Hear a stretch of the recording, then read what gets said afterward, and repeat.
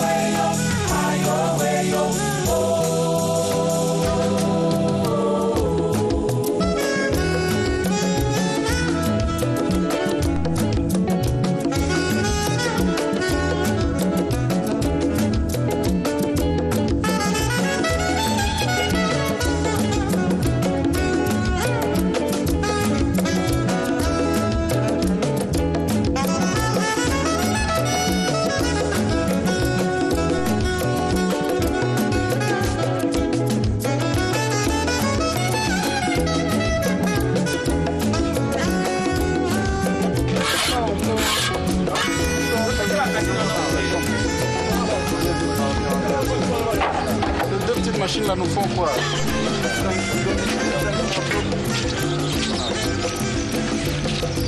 Et puis cette corvée ici, cette corde au cou des blocs ici, venir de Kinsuka, ce va-et-vient là, ah non, vous gâtez n'a pas pris one et ça n'a pas.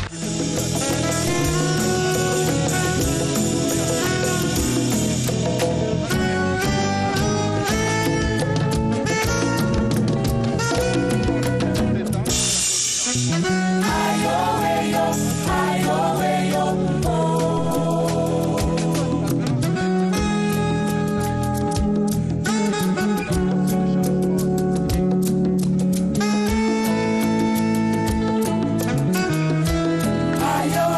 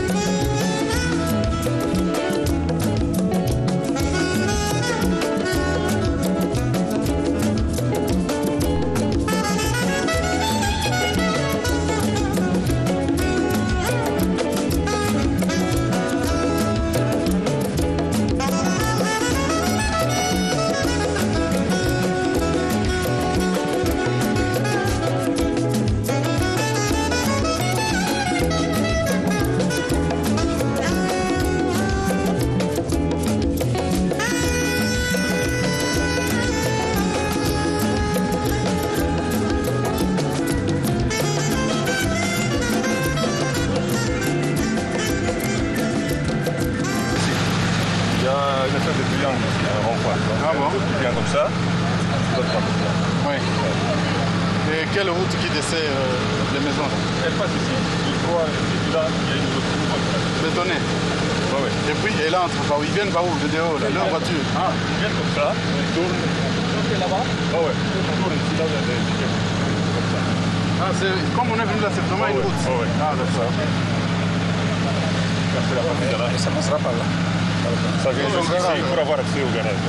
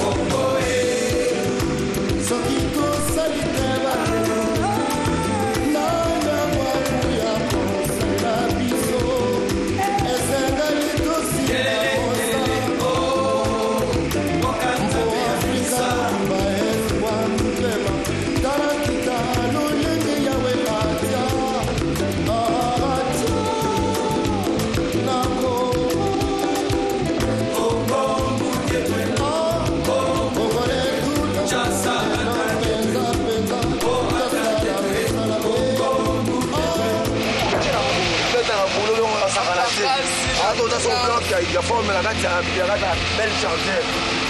Donc il n'aurait pas l'ingénieur, c'est pas mal.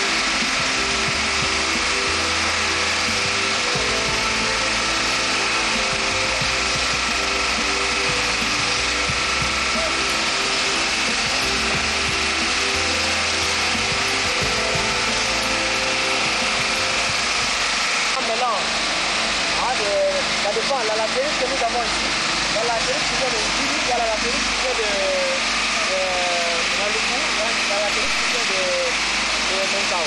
Donc à chaque fois quand nous avons les différentes mélanges, nous devons faire des analyses de pièces. Nous essayons de voir quelle est la résistance et quel est le mélange que nous devons pour chaque latérite qui arrive. Donc la coloration, ça dépend de la latérite que nous avons. Si nous prenons par exemple ça, oui, l'argile, ça c'est l'argile. Si vous prenez ça, vous mélangez avec la terre rouge là.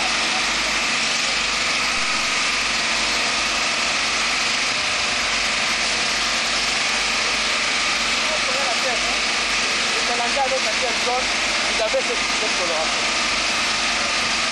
Et si vous prenez seulement la terre jaune, vous la mélangez elle-même, vous avez cette coloration. Bien, c'est ça, c'est différent de mélange, c'est ce que vous voyez. Comme là, il y a une différence.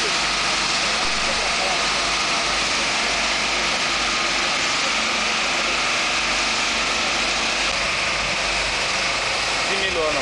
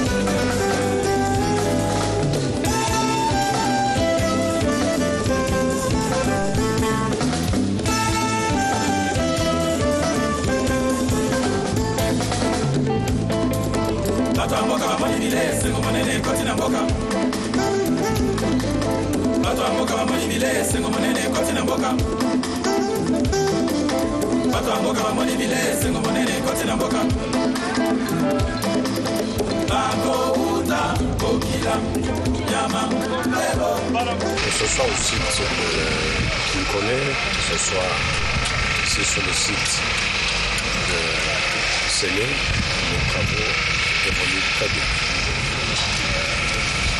Je pense que pour le site de Kinkole, d'ici juin, nous allons devoir terminer plus ou moins 98 villages. Ici, nous sommes déjà une trentaine de villages, je crois que les choses vont aller très bien. Donc aujourd'hui, qu'est-ce que fait le CC? Eh bien, c'est cet encadrement à la fois financier, juridique, moral,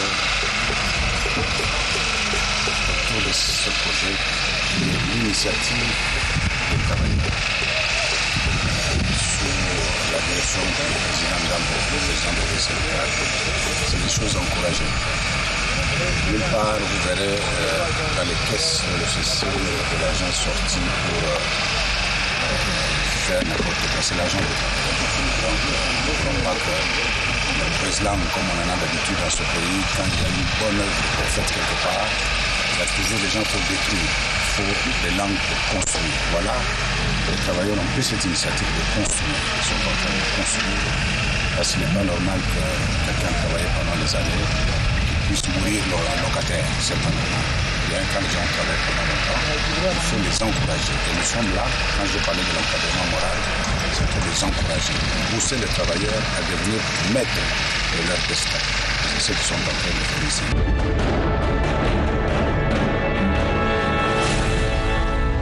Vous venez donc de suivre là l'interview qu'a bien voulu nous accorder le DG de l'OCC, Albert Kassongo.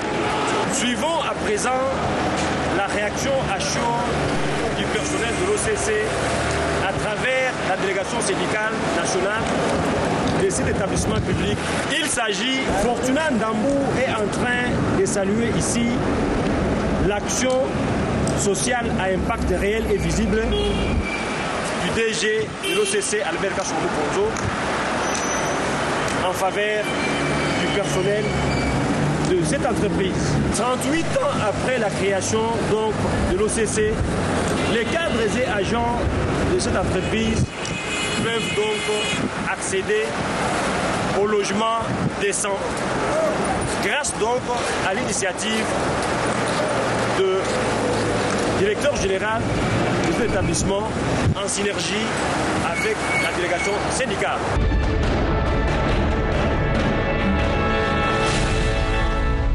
Nous sommes à notre 4e mois d'installation ici, après qu'on ait posé la première pierre par notre directeur général. Et maintenant là, je pense que petit à petit, nous sommes en train de faire en sorte que nous puissions avancer avec les travaux, tout en installant les équipements au niveau de notre chantier, parce qu'un chantier comme celui-ci doit pouvoir fonctionner avec un minimum donné de matériel de construction, tels que les machines de fabrication des blocs. Nous avions commencé ce site avec une machine en location. Maintenant, nous sommes devenus autonomes de ce côté-là. Nous avons maintenant un parc machine un parc de 5 machines que nous avons acheté nous-mêmes avec le concours, bien sûr, de notre DG qui avait, qui s'était porté garant auprès de la société sud-africaine pour la bonne exécution de la ligne de crédit que cette entreprise nous avait offerte, qui était de l'ordre de 228 000 $ et que nous avons terminé d'ailleurs de payer depuis le mois passé. Donc, nous avons donc un parc machine qui est au complet, qui peut nous aider à construire les 1500 maisons en nous fournissant des blocs à tout moment. Et nous sommes en train d'équiper les chantiers en d'autres matériels. Nous avions un camion Ben. Maintenant, nous venons d'avoir une chargeuse que vous voyez là-bas derrière nous. Et nous avons une série complète que nous sommes en train de vouloir installer, je crois, la semaine prochaine. Il y a une machine à tuiles qui va arriver demain, parce qu'elle part de Matadi aujourd'hui. Pour notre site, elle va sortir de la douane, donc du port de Matadi aujourd'hui pour la douane. Donc, bientôt, les sites, nous serons autonomes pour produire les 90 ou 95% des matériaux du chantier sur place ici. Donc nous allons fabriquer des tuiles, nous produirons en lieu et place des tôles, et nous allons continuer à produire des blocs. Les portes intérieures, les portes serrurières, vous avez vu, nous avons des ateliers, un mécanique et l'autre en bois. Donc il fallait pour tous ces investissements et pour tout cela réunir plus ou moins 800 000 $ pour tous ces investissements. Et c'est ce que nous sommes en train de faire, mais ce n'est pas encore tout parce qu'il nous faut encore un ou deux camions Ben, il nous faut encore une Jeep 4x4 et je pense qu'à ce moment-là nous pourrons quand même boucler le volet matériel, ce qui va nous permettre à ce qu'à partir du premier trimestre de l'année prochaine que nous puissions atteindre la vitesse des croisières. Voilà. La société sud-africaine va nous accompagner techniquement pendant tous les travaux. Donc les travaux dans ce site sont prévus pour être réalisés en 5 ans. Donc durant les 5 ans, nos partenaires sud-africains seront avec nous. Et la preuve est que vous avez vu un de leurs ingénieurs, celui qui est avec le DG et qui est en train de nous donner des explications nécessaires. Il est de la société sud-africaine. Non seulement nous travaillons avec sa collaboration technique, mais la société mère envoie presque tous les 2 mois un émissaire pour venir voir de quelle manière nous sommes en train d'évoluer. Et il nous fait des observations par rapport à ce qu'il aura remarqué sur le terrain, négativement ou positivement. Il ne manque pas de nous faire des observations écrites pour dire qu'ici vous aurez dû vous comporter de cette manière-là. Voilà désormais ce que vous devez faire. Donc cet émissaire vient tous les 2 mois ici. Au mois de janvier, il sera là. Je crois que je pourrais faire appel à vous quand il sera là pour que vous puissiez les voir aussi, les visiter, pour que vous compreniez que la société sud-africaine nous accompagne techniquement. Après nous avoir vendu le matériel. Quel est le message que vous allez lancer aux cadres et agents de l'OCC par rapport aux cadres et aux agents de l'OCC, je crois que nous sommes là, nous travaillons pour eux.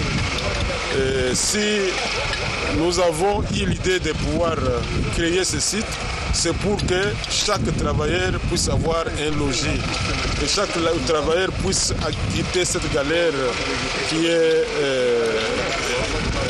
est liée à la tracasserie au mauvais comportement des bailleurs. Donc nous avons bien voulu que chaque travailleur puisse avoir un lopin de terre ici et que le travailleur cesse d'écouter ceux qui leur vendent des illusions, qui leur vendent du vent, qu'ils viennent même voir sur place comment le travail est en train de se faire sur ceci, pour qu'ils ne puissent pas rater l'occasion de souscrire à cette grande et merveilleuse opération.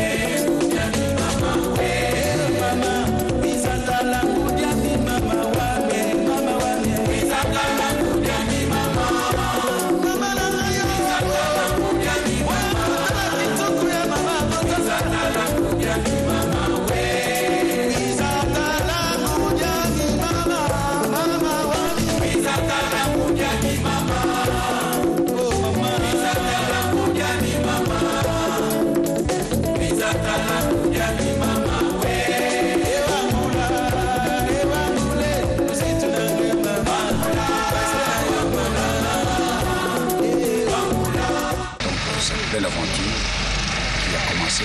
1500 maisons ici, 150 maisons à Kinkolo, et certainement il faut que cela puisse être essaimé partout en République démocratique du Congo, là où il y a le souffle de chaque travailleur de l'OCC. C'est ça notre ambition, que chaque agent de l'OCC puisse être chez soi et ne pas avoir les soucis de payer les loyers à chaque fin de mois.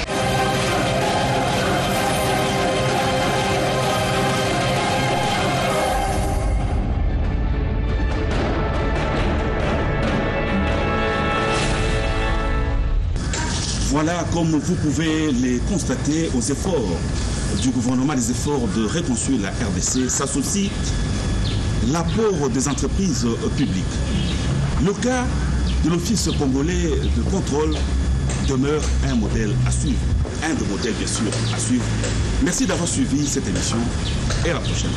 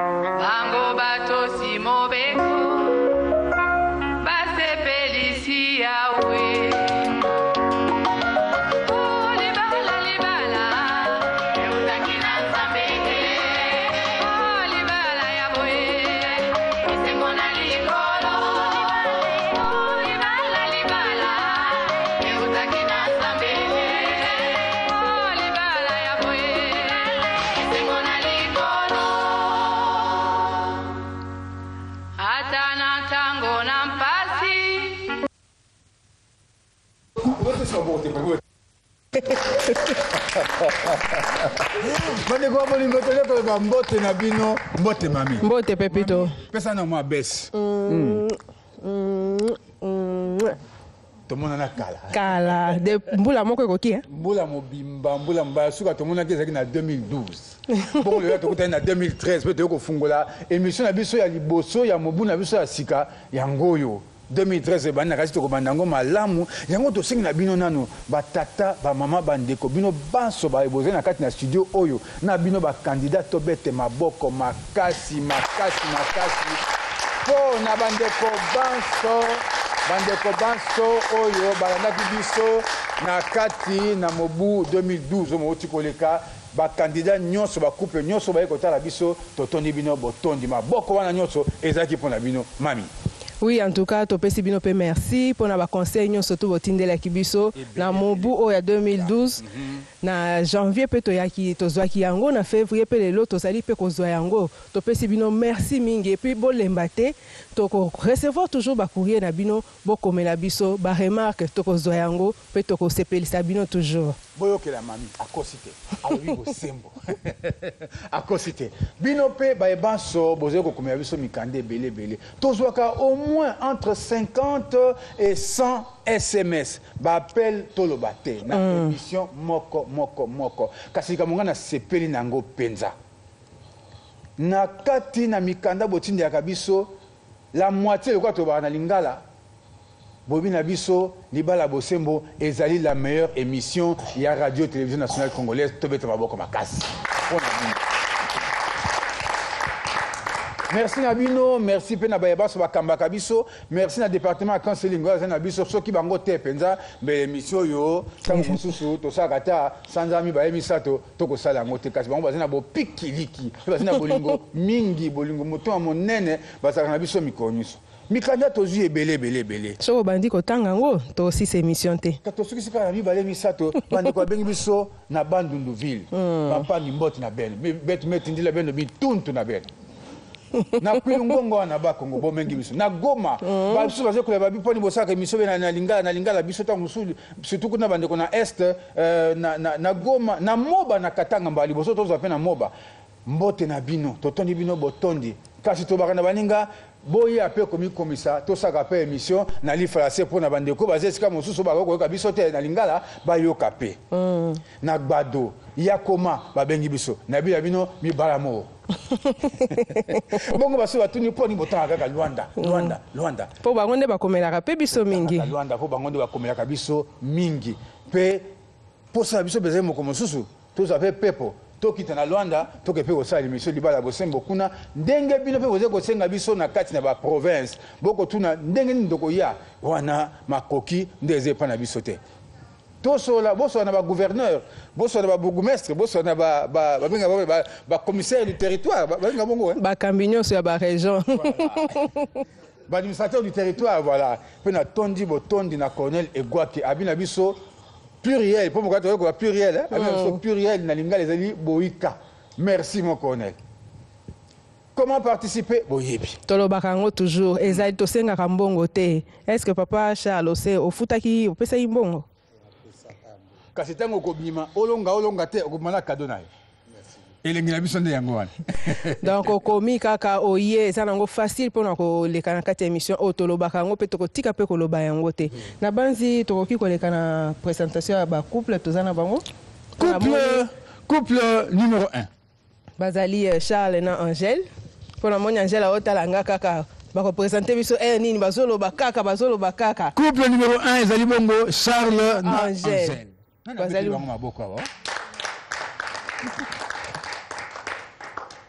couple numéro 2. Couple numéro 2 ezali bongo Prosper na Nancy.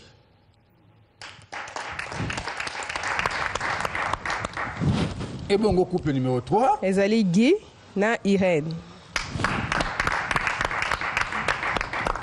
Sikawa tolingi tokoma makambo yango sombele sukamisa. eloko toyelaki yango wana elingi ebanda bongo tokosenge na banani bakeli te batata te bakeli liboso te totuna nano Angèle ye moko mpona monya otalanga kaka na ocomprendre te Angèle loba mama Angèle yo lobi boni bamama batikala to bapapa batikala batata bakeli liboso bango bakende biso totikala yo kasanza marso bapapa botelebe botika biso bokei koswana na nzelu bongo biso totika koswana ba mama totonga bino na moke botika micro be siko fanda kiwana iyo mbotela bino boke malamu oui na lombangu penza tokoloba mingi bazali kokomela biso po tosala ndenge nini po toleka na émission tolobaka toujours ezali pasi te ozwi lokasa ya pembe ozwi big ekomeli ozwi ekomeli okomi kombo na yo kombo molonga na yo okomi adresse na bino et puis okomi ke émission lingi opasi yango soit na lingala soit na français okangi yango oyo kotika awa na RTNC okomi likolo wana émission libala ya bosembo ou soit okoki te ok otika yango na balari 90 na bandal voilà ou encore ngai na bakisa moni SMS okomi obe CMS voilà otindeli biso makambo nyonso obia okoma wana okomi kombo ya mwasi kombo ya mobali adresse na bino numero na bino ya telefone otindeli biso tokobianga yo moko tokobongisa émission ya sika bongo sika mami olekisaka nani boye po bona bango bien bango miso na miso mama motuna liboso ezali boye Angèle tobanda na yo soki tata salo biso alinga tobenga salo oyebi yango nayebi yango soki salo abiangi yo ntango abiangaka yo ondimaka boni soki abengi Angèle yo oyebi nani chéri yokaye ebongonasi opesa ye micro nga nandimaka oui Irène nga mpe nandimaka oui Irène nandimaka oui bien papa Guy Irène papa Guy bien oui mpona moko oyo ayebi oui Irène oui papa ok andimaka oui papa bomba micro d'accord moto na mibale tobanda na yo mwana bino bozela bana boni nga toza na 4 bongo na liboso mwana wa yambo nani apesaka ye prénom na ye to surnom babengaka ye nani lelo Arlette aze mwana mwasi moseka bon sikawa nani apesa ye kombo wana kombo Arlette wana nani apesa ye yango osimba mikono lokola ngai boye kombo Arlette moto apesaka ye tata na ye tata Guy papa Guy opesa mama na simiko ya bino baze boni baza 4 bino pe mine kaka bongo na liboso na apesaka ye kombo kombo ne nani Giovanni si haleluya nani apesaka ye kombo wana papa na bango moko papa na bango papa Prosper ok pesa mama Angèle ya bino baza boni baza 6 yoka bango ya liboso kombo na ye kombo na Judith Penina nani apesa ye kombo yango nga na papa bosaki ndeni bon nga nasalaka soki naza na zemi tobongisi nabike soki toboti mwana mwasi tokopesa ye kombo boye soki mobali topesi ye kombo boye bongo siko wana moni eze kombo mibale yo ponaki ya yo ye pe aponi ya ye nga naponaki ye moko aponaki Judith totali ke po mwana akula azwa batem fo aza na bakombo mibale ya mwana topesaki Judith Penina ok bomba miko motu na misato tobanda mpe na yo ndako na bino ya liboso bofandaki bino mibale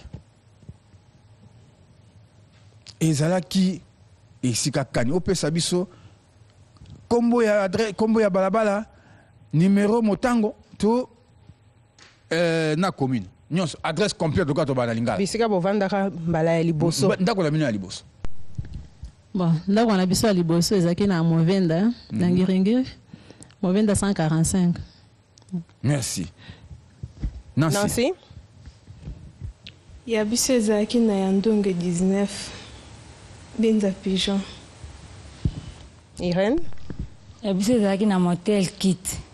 Côté à école Liloba. Motel nani? Motel kit. Na commune. Comment balabala yango? Ngalema. La préférence yango dans Liloba, na Pointe ka Liloba. Non, biso bato to tuni do pesa biso adresse complète. Et dans Ngalema. Ngalema wana commune. Commune Ngalema. Avenue? Bon, ils ont la vérité. Hein? Ils ont la vérité. Ils ont la hôtel kit. Voilà, motel kit. Hôtel kit. Motuna Masuka. Irène, to bandana yo. Mobile na yo. Boka bien, hein? Tata bana.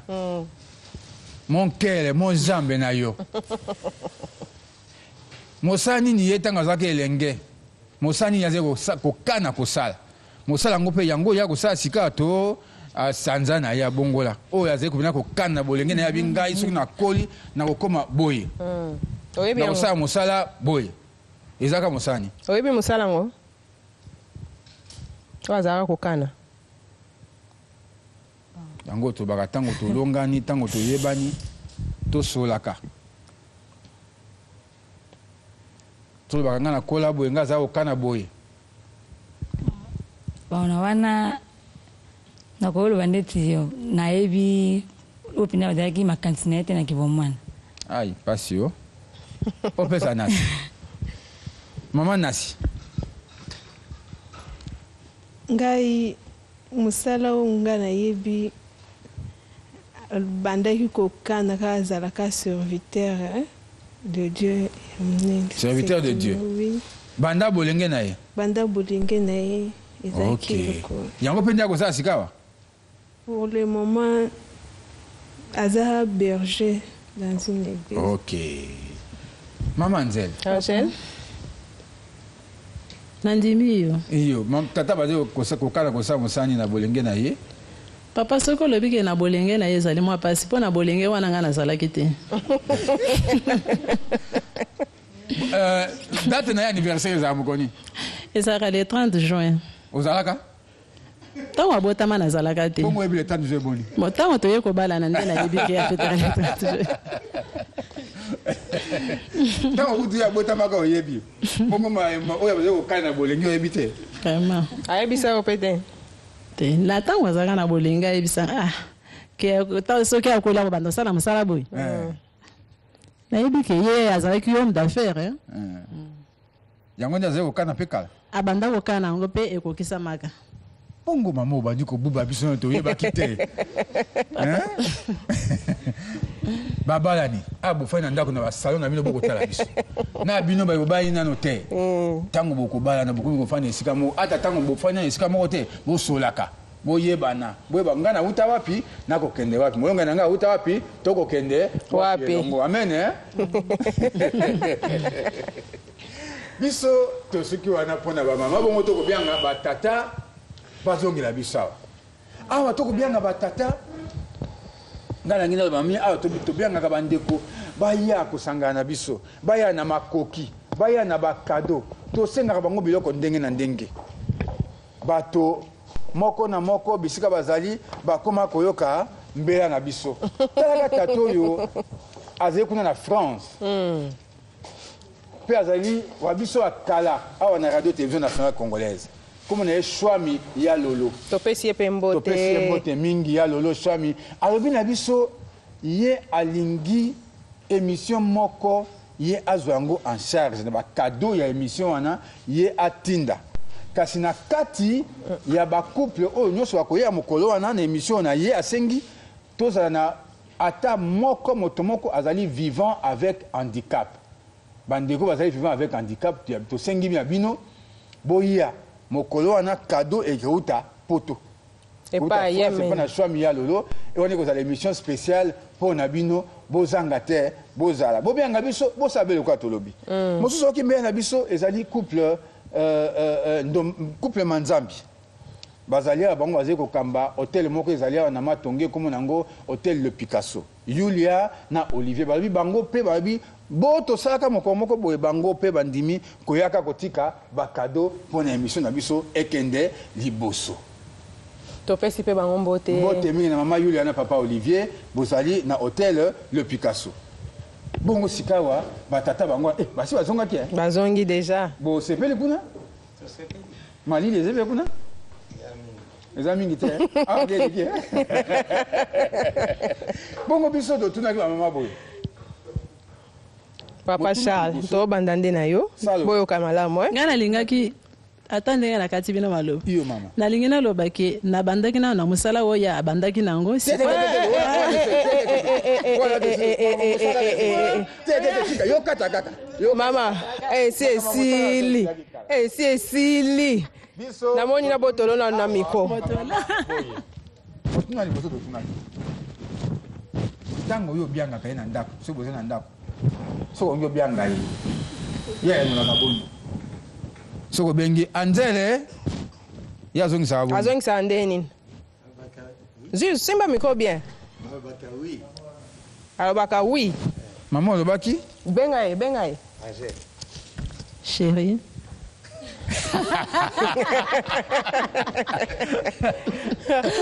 Alobaka bongo, siko aloba ndeni. Alobaka kazundi bakaka oui. Mukolo mosusu pe na ndimaka chérie, papa ndimaka pe moninga. Maboko pona mama. Pona mikolo mosusu. Alobaka pe chérie. Papa, ndimela yi. Prosper. Prosper. Jean micro. Ani makaboni, mama na sadi makaboni. Soki na bengi mama Nancy. Jean micro on. Bon, so na bengi mama Nancy na ndako. Généralement andi makawi. Pardon? Nancy. Maman Nancy, yo lo baki on di makani. Oh Bahanine. Oui. Ah, voilà.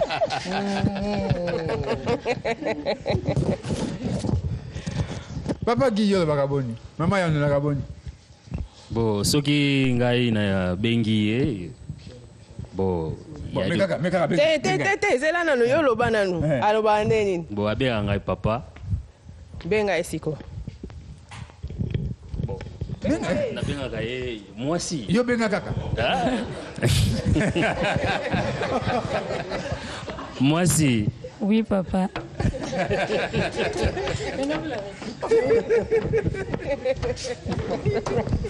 Motu ami balegi. Tutunaki bango mwana bino ya liboso. Nani apesaka ye prénom na ye to surnom babenga kaye mukwana lelo. Nani apesaka yango? Bo o ya liboso mutapesaka ye kombo ezali papa na ngai. Papa aboti yo. Papa aboti. Mama, yo lobaki. Jean micro. Nalobeka papa na ye. Ya bi papa na enda pesaki. Yo bi papa na yo. Papa oya ngai, papa ya bi papa na. Mama yo lobaki tata na mwana te. Tata ya mwana nde yeti. Oh.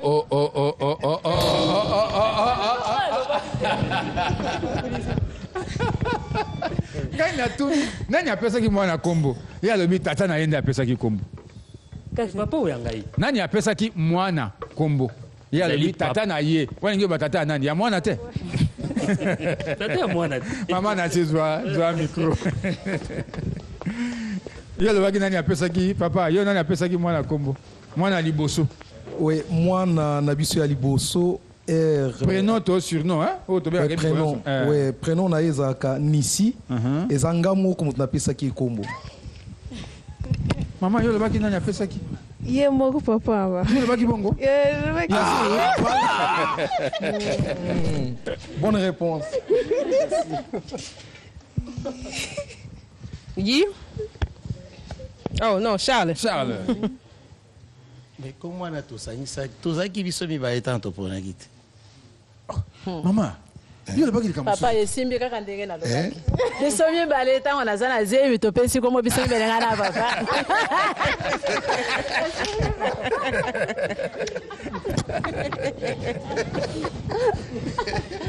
Motuna wa misato. Charles, to bandana. Yo kaba ngwe sengo. Mini kirika di bana. Pesa biso sikawa adresse complète. ya ndako na bino ya liboso bofandaka. Bino mibale. Ndako ya liboso. Adresse complète. Avenue numéro commune. Boussou Jano, pardon, Movenda 145. Movenda 147. Maman, elle 145. 145. Hein? Bravo. Bravo. Papa, ce que vous avez dit, c'est hein? On peut s'arrêter le micro là-bas. C'est quand même bien. C'est quand même bien. On va parler au ça, madame. On va le micro, on va parler. Prosper. Prosper. Air Tobalani, place ya liboso tofanda, ezalaka na Pigeon, na avenue Yandonge, numéro 19. Félicitations. Voilà. Maman, vous allez côté micro là-bas. Bon, bien vous avez gratté, bien vous avez gratté. Guy. Irène, toi micro. Tozo Kayogi. Adresse complète. Bien, ndako liboso oyo tango toye ko balana. Zaki juste sur route Matade na quartier cité des anciens combattants. La commune nini? La commune Yangaliema. Maman Mbote, hein? Mbote papa. Yo pour le baki bongo? Nga baki na cité. Stima micro bien. Motel qui na sima motel kit na liloba. Yama. Ekokani te. Ekokani ata mokete. Bongo motuna masuka. Guy. Tata tango zaka elenge. Mosaka no yako kana pendo sala soko kuli. Bien tango na zakina no. Qui est quoi politicien? Bien. Bon sala libo o pena na kana iko sala yango peza ki ambition na ngai ya technique. Yango ezaki musala na ngana kana iko sala na bolenge. Technique ezema bo technique to ba électricité industrielle. Yango ezaki ambition na ngai. Mais kasi vie tant on a école na tangi na côté université na gesala sikoyo loko mususu. On a faculté à Sikebimi comme yango eloko mususu. Yoka siko réponse moi sina ya lobaki. Obetele solote. Nga baki makanisi na yo ezalaki ya yo mwana oyo azali na mutu na ye nayebaki yango te. Bosolola yango te. Pesa papa Prosper micro. Yo ezalaka nini papa? Oui, nazokola makanisi na nga ezalaka ke nazala musali na Nzambe puisque ndoi na ngai azalaka sango ngape makanisi wana na banda okola nango keno un jour nakoma musali na Nzambe. Amen berger. Amen. Félicitations. Ah voilà.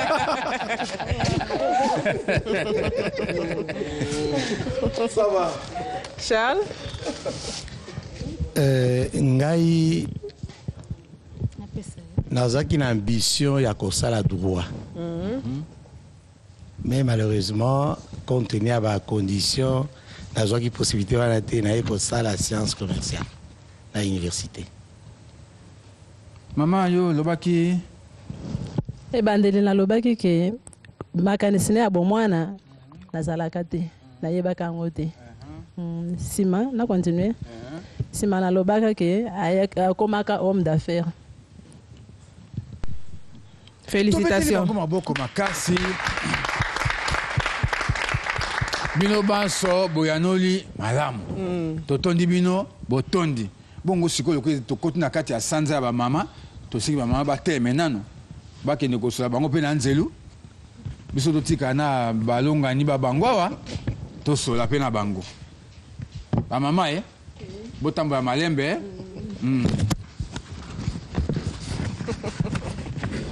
Yango totondi botondi lisusu mami Oui, pourquoi non, c'est ça? Il y a Bissangaï. Ça n'est papa qui a vendu, donc on a décidé de vendre veste.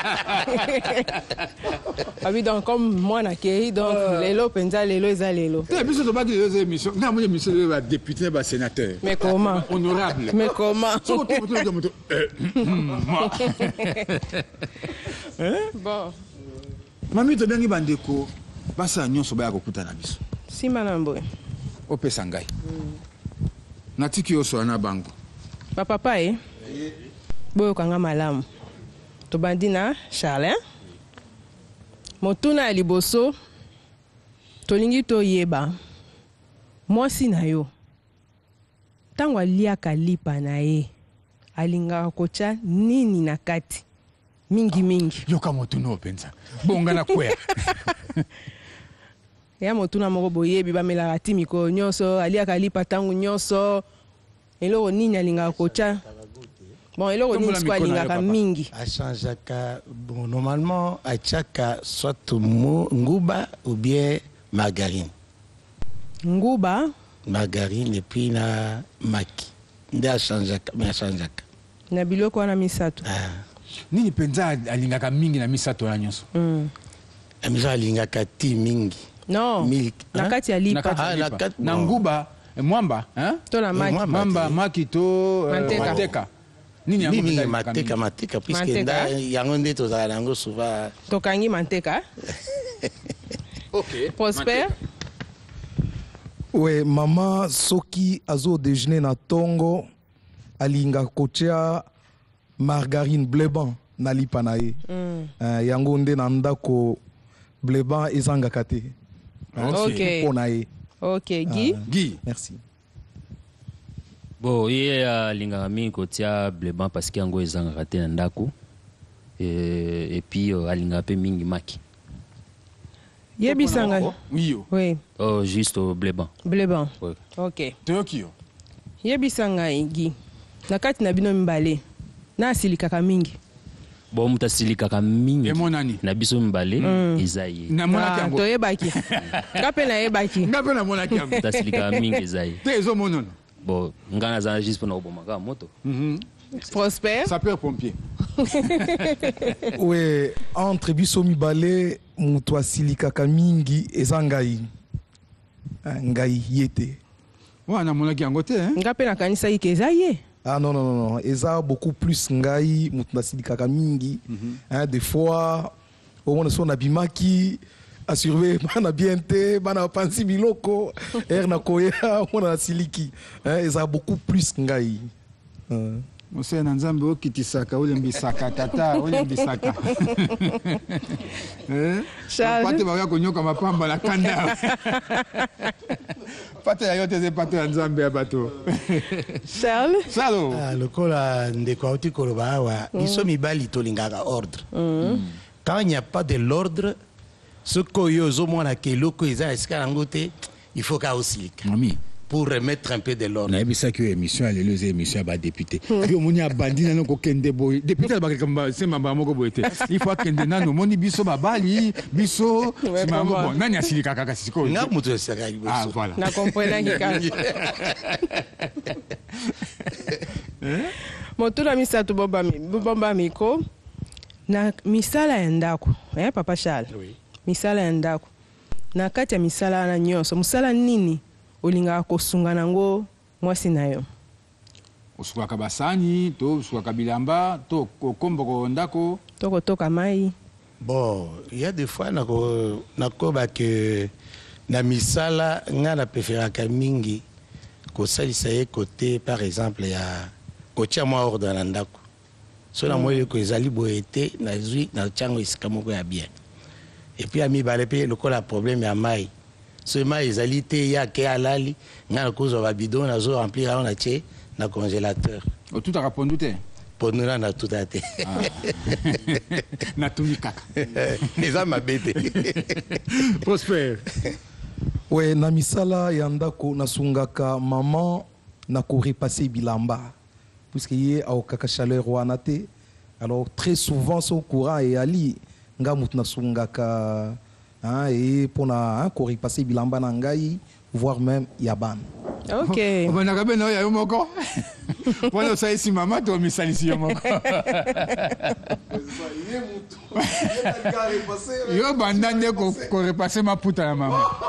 Simango osali bapotalo na yo simasuki na bana. Na repasaka dans l'ensemble na sungaka ye na pour repasser bilamba. Toyoki yo. Guy ngai en tout cas presque misala nyonso na sungaka ye. Na pondo tutaka. Ainsi que ceux qui volonté zali ya kotuta na toute sagai. Kokomba ndaku ko ranger banap le kola kiti. Yo saka nyonso pondo ko nyote. Même aussi d'étaler quoi le lit, je le fais. On gomaka pe bilamba? Bilamba bana kosukula même na moni azaya kolemba. Na sa sagai. Tunapona ka eloko na ko. Siko ko sa ngwe saka be so moninga lembi. Non. So ka lembi te o sa sa ko ni pembeni. So boza question na ndenge ya kolemba. Mama eza kolemba te. Donc na sa sagai na misala nyonso. Donc na pona kate. Toyoki. Motuna asuka. Tolingi toyeba jour ya mariage religieux na bino. Jour tant bozo préparer mariage religieux toyebi ke bosel sa ba invitation. Ndenge wana te. Siko ba invitation boni bo prévoyaki na ngambo ya mwasi na yo. Ba invitation boni bo prévoyaki pe na ngambo na yo. Eloko na tonton malaka mingi tango ya libala.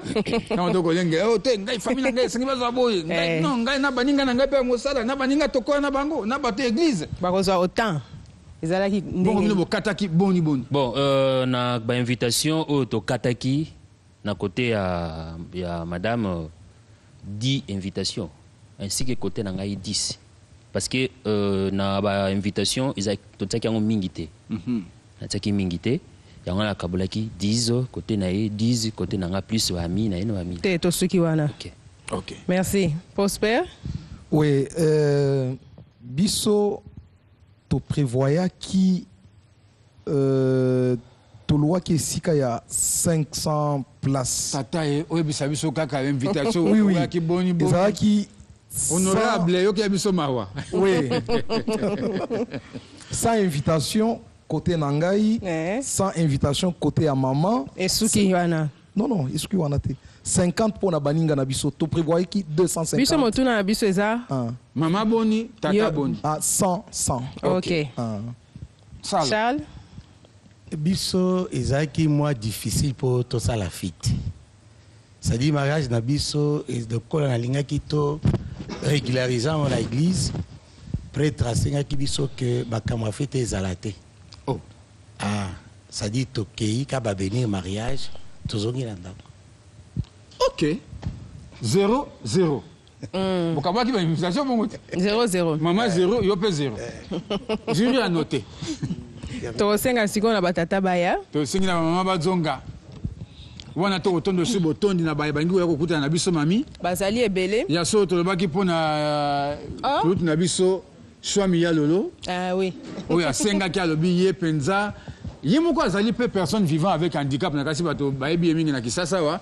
Ya lobi ya émission na ye sengeli ata moto moko vivant avec handicap azala poteye atinda ba cadeau na émission atotondi botondi penda ya lolo pe to kosala nyonso poteto zwela bango bato wana. Ba mama ba s'occuper bien na bino. Totongi bino a mingi. To bandana Angèle. To bandana yo. Motuna liboso. Toningi to yeba. Na mapa oliaka. Ochaka mingi nini na kati. Simba micro opesa biso yano.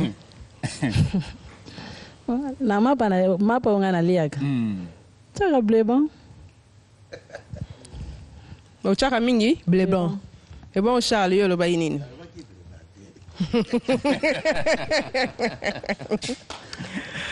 Félicitations. Papa otika ka micro ya bato. Mama otika ka micro ya bato. Tuyamala ka maboko mibale. Nasi. Ochaka nini na yo?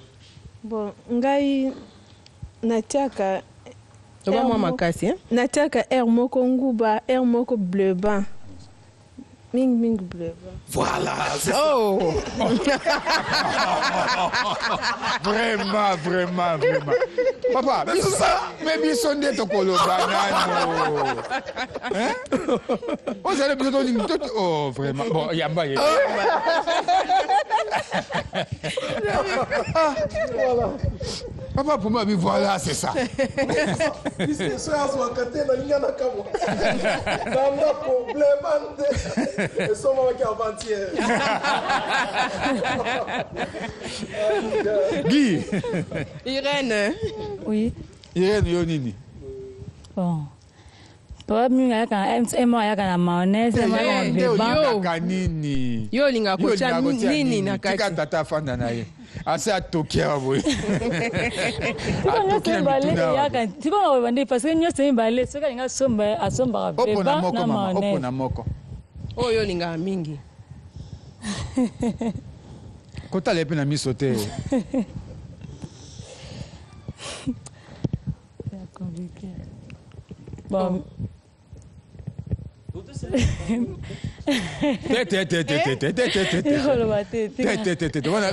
Wana olakisi. Wana olakisi.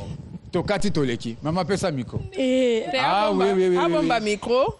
Pour la deuxième question. Wana siko souffler. Wana va pas olakisi. Obia uto sila. Yo c'est uto sila micro mingi te. Ya yebi akoto. Hein? Osali mabe. Monina la gadwa na ye. Irène.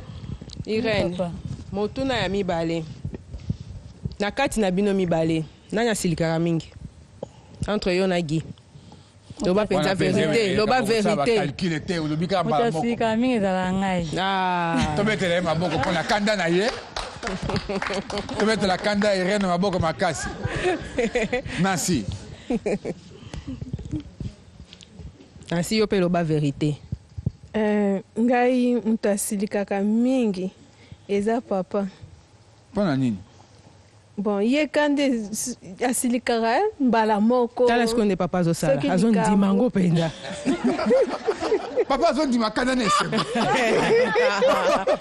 Atomo ina tola bi. Ngai ngai na kanda. Voilà, c'est une bonne réponse. Ah, félicitations. Hein? C'est best pour la kanda na ye. Pesa kanda na ye best. Nalobaki kanda na ngai so na zongi eke na kuti bana bapanzi biloko nde na siliki. Puisque nalinga maman asokipe bien na bana ordre ezala na ndako. OK. Angel. Papa. Tozo kayo. Kanda ezaka na mingi ya na ndako ya yoto ya papa. Ya papa Charles. Yes, koyo. Oliandi maboye ya seki. Sikawa, nakumala nakata motema bi. Opina mwasi na ngai ya solo. Ayebi ke ngande na tombo kaka. Soki ayebi nga malamu. Pesa yebesi na ye. Motuna ya misatu. Tolingi toyeba. Na misala ya ndako. Papa sunga kaona musala nini? Na misala betali ya ndako. En tout cas sunga kangai. Oui. Toyebi yango. Asala kani. Toyebi yango pe masala musala nini? Bon. Asala kaka soki ke mokolo na ke musala te. Soki ke azavandi disponible boy. Asala ngoni ka mwa misala muso asala ka voir même ata bilamba boso ya bimisi pe basokoli na bana. Mususu oyebite penza. Biso to yinto eba musala ana salaka ana ti ozolo bakeno so avandi na ndako asalaka na ye asalaka oui asalaka ngo asalaka nini. En tout cas, il dit que détail vraiment talaka. Yemo kwa ebisa osko musala salaka. Bon, c'est quoi ebisa musala salaka. Chaka moi ordre to bo sali juste. Nani ni? Non pour repasser bilamba so na moi za fati. Vraiment. Nani ni suso tanga kiao. Soki alali. So alali. Ah, ngana bo sali. Ah, mai. Ah, au moins il a prospère, rappelez. Soki alali mai zongi na butu. Yo bandi kotoka. So ina monika ni mai ezate ale na kei na chena congélateur. Yo sko okenda kolala otiki mai te. Tango la muki okuti mai. Na tonga mona ga mai ese. Mai ese tondi. Ai bitana ya tokaki. Atuna pete. Nancy. Ye soki kaka amoni kaka courant kaka simba miko bien il faut kaka repasser donc ota korepasser en tout cas azalaka makasi. Félicitations. Alobaki yango penza ndenge wana. C'est maman.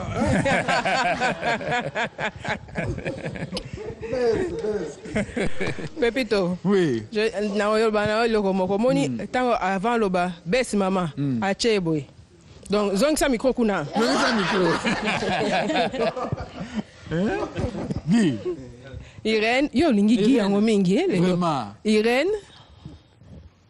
Bon, nga oloba asunganga presque na nyonso. Asunganga presque na nyonso. Peut-être un semaine en daku, peut-être ndene bimanga ateka ngai, efta ko sona biloko na. Mama tika na yo, alobaki bongo. Ouais. Alobaki bongo, tika na yo. Yo pesaka besi na yo ilaki awa. Motuna ya suka Irène. Oui. Na fête na bino ya mariage religieux. Bo prévoyez ki bo bengisa bato baya balia babina. Avant bakota, il faut baza ba invitation. Nde mwanata. Siko bo prévoyez ki combien d'invitations na ngambu na yo? Combien d'invitations na ngambu na ye? Bon. Tu prévoyez ki neti Doba mama kasi. Tu prévoyez ki des 150 personnes. Tika ya loba. Yo tika ye.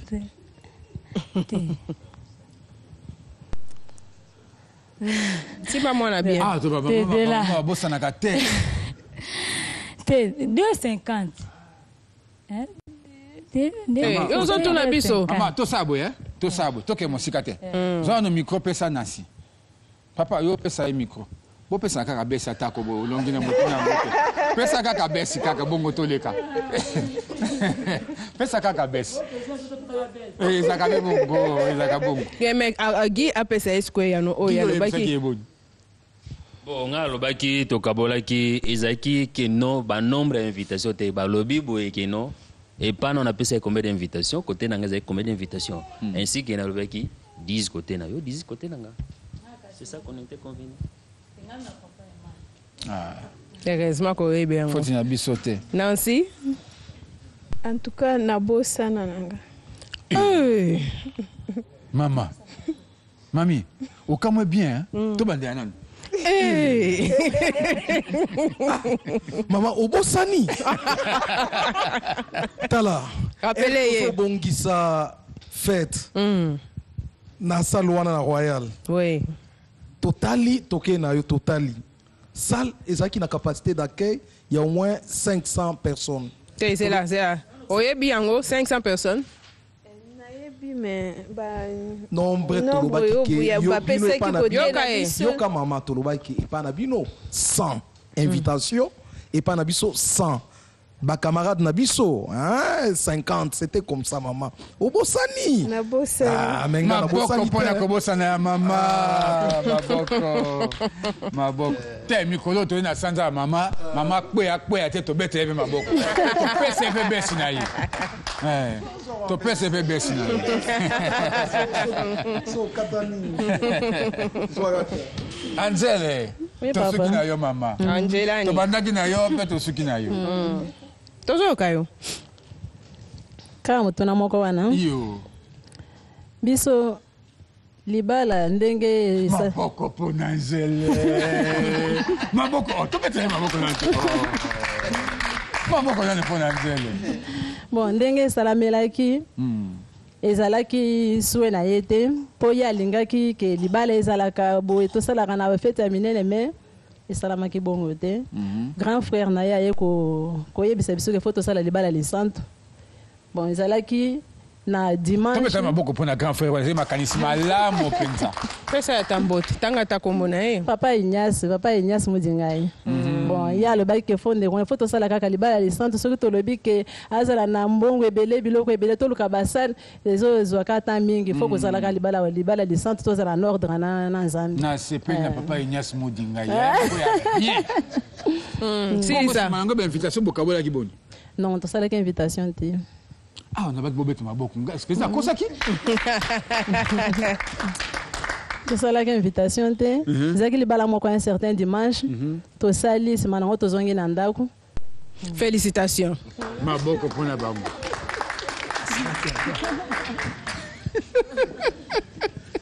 Mami seka kaka na beto lisola ko seka te. Seka kaka. Bande kwa bolingo totoli bino botondi penza. To sepeli mingi to sali émission na bino kitoko. Oya sepeli na émission te abete maboko. Bongo ya sepeli penza abete maboko makasi. Biso baso ko te na kati ya studio abete maboko makasi pona ba candidat. Pe a to sali émission to zili susu mbela ya ndeko moko na Kimpese. Ezali espace Nzilko na kanti Nzilko.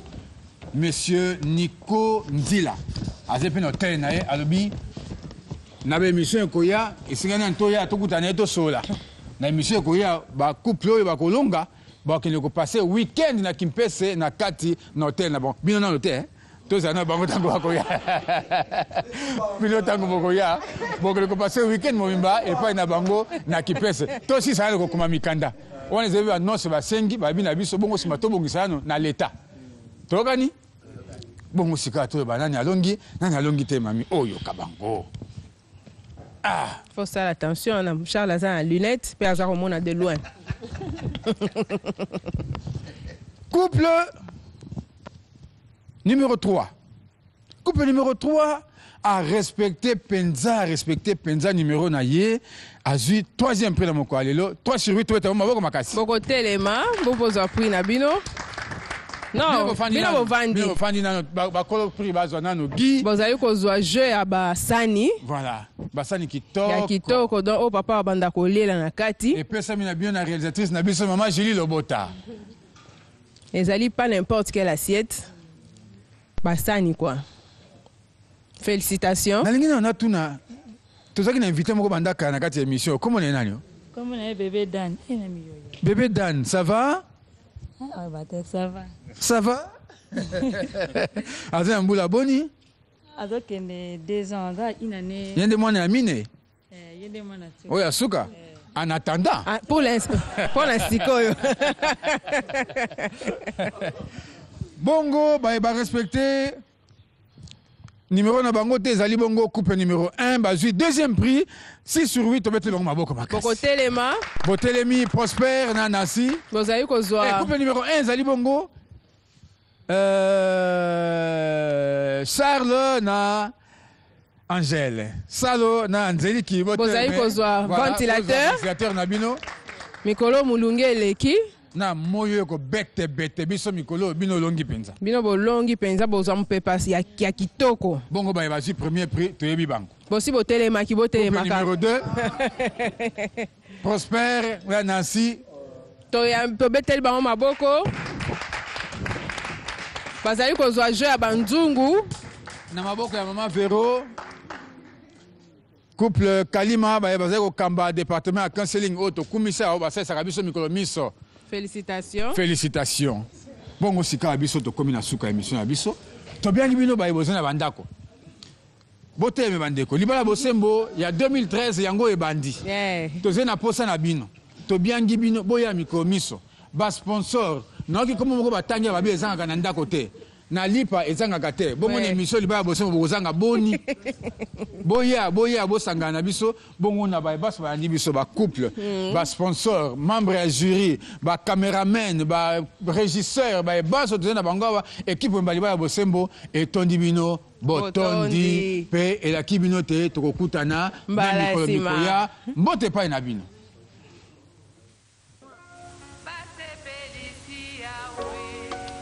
Anedeni Lambe ya Keliada Aeko Kela Eva Apambola Kibango Lelo Mokolo Nesendo Ona Libala Oyo Bango Bato Simobeko Base Felicia we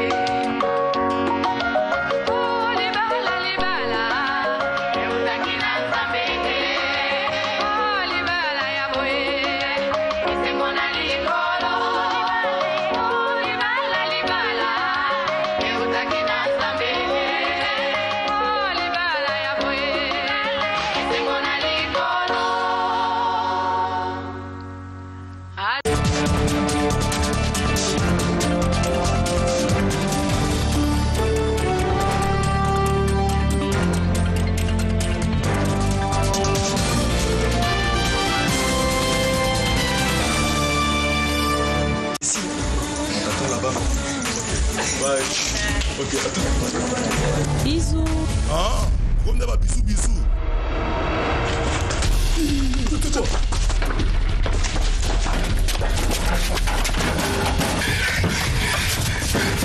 Obima, le subino. Le Boboeba. Obima, le subino, le Boboeba. Obima, le subino. Mais ça te donne un biffé pied goniette. Il en a bien un biffé. Attends, m'appeler Pisso. Avec le tarif RTL, c'est la téléfolie. Tout le monde dit mais Tekabi, to benga benga. Appelle tous les numéros RTL à seulement 6 unités la minute tous les jours de 22h à 6h le dimanche 24h sur 24. Recharge 20 unités et reçois tout de suite un bonus de 10 unités plus 5 SMS gratuits. RTL, réseau fou là. Sous le haut patronage du président de la République, le gouvernement de la République démocratique du Congo, à travers le ministère de Transport et Voies de Communication, organise du 10 au 12 avril 2013 à l'hôtel Memling de Kinshasa les premières assises de l'aéronautique civile placées sous le thème « Les défis de la sécurité aérienne en République démocratique du Congo ». Au menu de ces assises, l'examen sans complaisance des défis relatifs au système de supervision de la sécurité aérienne, à la fourniture des services aériens et aux capacités techniques des compagnies aériennes. L'occasion sera donc propice de donner la parole aux sans-voix pour la remise en question du comportement et de la qualification de chacun des intervenants du secteur aérien, notamment l'autorité de l'aviation civile, la régie des voies aériennes, la Metelsat, les compagnies aériennes, les pilotes, les mécaniciens de bord et les aiguilleurs du ciel. Chacun sera écouté et une ligne rouge à ne pas franchir sera tracée. Relever le défi de la sécurité aérienne en République démocratique du Congo, c'est une contribution à la révolution de la modernité. Et maintenant, tu peux prendre ta relève. C'est le même conseil que je donne à mes filles. Dans leur vie courante, même dans les petits détails, comme pour utiliser Bifree pendant les temps de les règles. Mes filles, vous connaissez l'importance de Bifree? Bien sûr, maman. Bifree est la serviette hygiénique des grandes tailles plus que les autres et sa technique d'absorption est unique. Bifree protège longtemps et elle est mieux adaptée pour nous les femmes. Merci maman pour tes conseils et pour Bifree qui feront de nous de femmes successeuses. Bifree, conçu selon une technologie unique qui donne aux femmes la sensation de confiance et de liberté, absorbe rapidement le liquide et vous met à l'aise. Bifree, toujours à l'aise.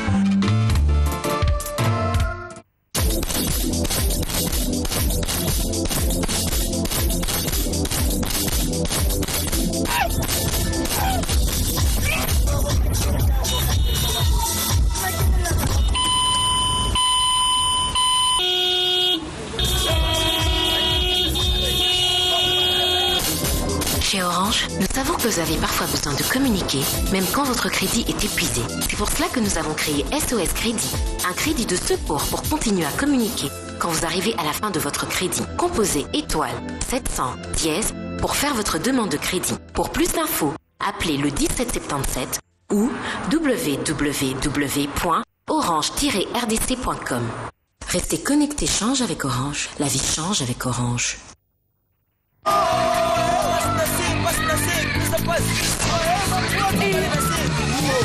Oh, maki hapa kesho chombo. Masa boya.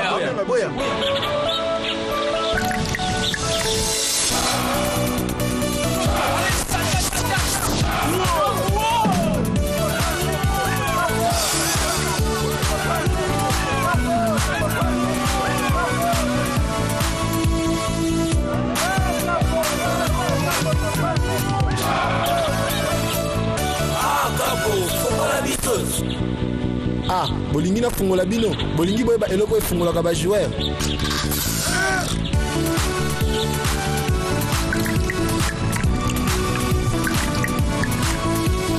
Avec Aquacool, je suis prêt pour la Coupe du Monde. Est-ce que vous êtes prêts? La vie est cool avec Aquacool. parti. Suivez, votez et maximisez vos chances dans le show Vodacom Best of the Best en envoyant le numéro de votre candidat préféré un maximum de fois au 42 601 à 25 cents pour un SMS, au 42 602 à $1 pour 4 SMS, au 42 603 à $5 pour 20 SMS, au 42 604 à $10 pour 40 SMS et gagnez chaque semaine une place pour vivre le show en live, des Facebook Phone et du crédit Vodacom. Et pour la finale, gagnez des congélateurs, des frigos, le tout dernier iPad 3, des écrans télé LED et le gros lot, la toute nouvelle Hyundai Santa Fe. Vodacom Best of the Best, le meilleur de show, le show des meilleurs.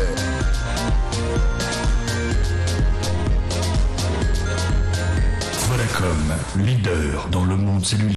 Depuis plus de 40 ans, le groupe BGFI Banque accompagne ses clients particuliers, haut de gamme institutionnels, grandes entreprises, PME, PMI, en construisant dans la durée une relation de confiance.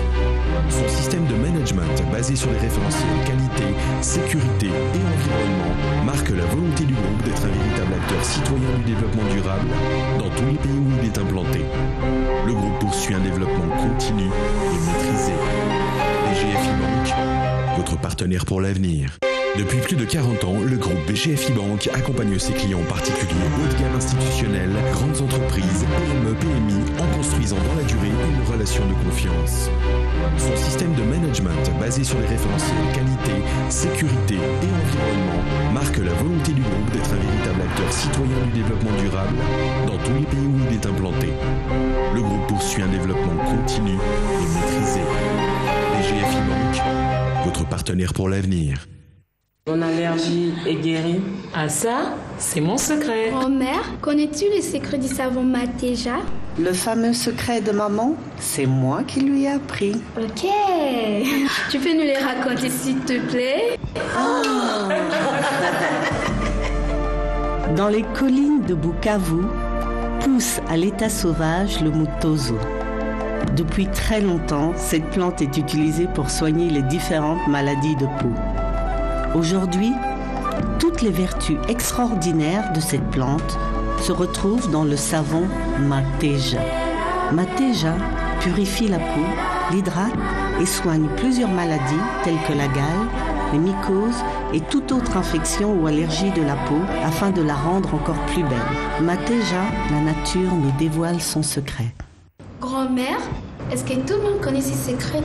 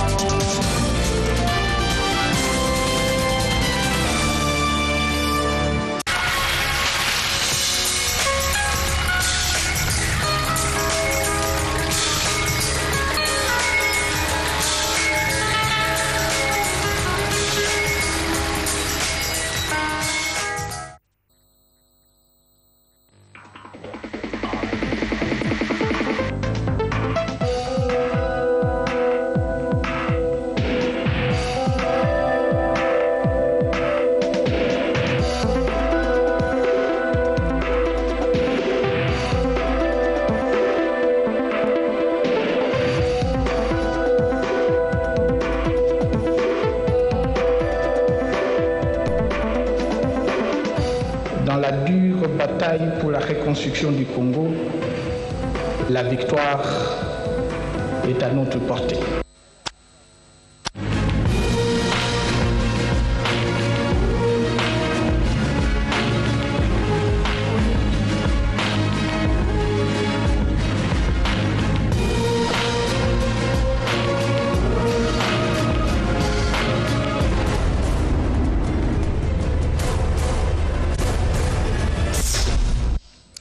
Les pluies diluviennes qui se sont abattues dans la capitale congolaise ces 2 derniers jours sont à la base de beaucoup de dégâts matériels. Des lits de certaines rivières ont débordé, provoquant ainsi des éboulements des terres dans plusieurs quartiers de la capitale. Aussi, certaines routes d'intérêt vitaux sont menacées d'affaissement au centre-ville de Kinshasa. Des inondations ont été signalées aux concernés de réagir aussi vite pour éviter les pires. Mesdames, Mesdemoiselles et Messieurs, bonsoir. Le président de la République et commandant suprême des FARDC et de la police nationale congolaise a présidé hier la réunion sur les questions sécuritaires, réunion au cours de laquelle on prépare les officiers militaires et ceux de la police nationale congolaise. Pierre Kibambe Somoïsa. Ce vendredi 5 avril 2013, à 10h30, le président de la République, chef de l'État, commandant suprême des forces armées de la République démocratique du Congo et de la police nationale congolaise, son Excellence M. Joseph Kabila Kabange a présidé une réunion du Conseil supérieur de la défense, regroupant autour de lui le Premier ministre Augustin Matata Ponyo Mapon, le vice-premier ministre, ministre de la Défense nationale et des anciens combattants, Alexandre Lubantambo, le ministre des Affaires étrangères, coopération internationale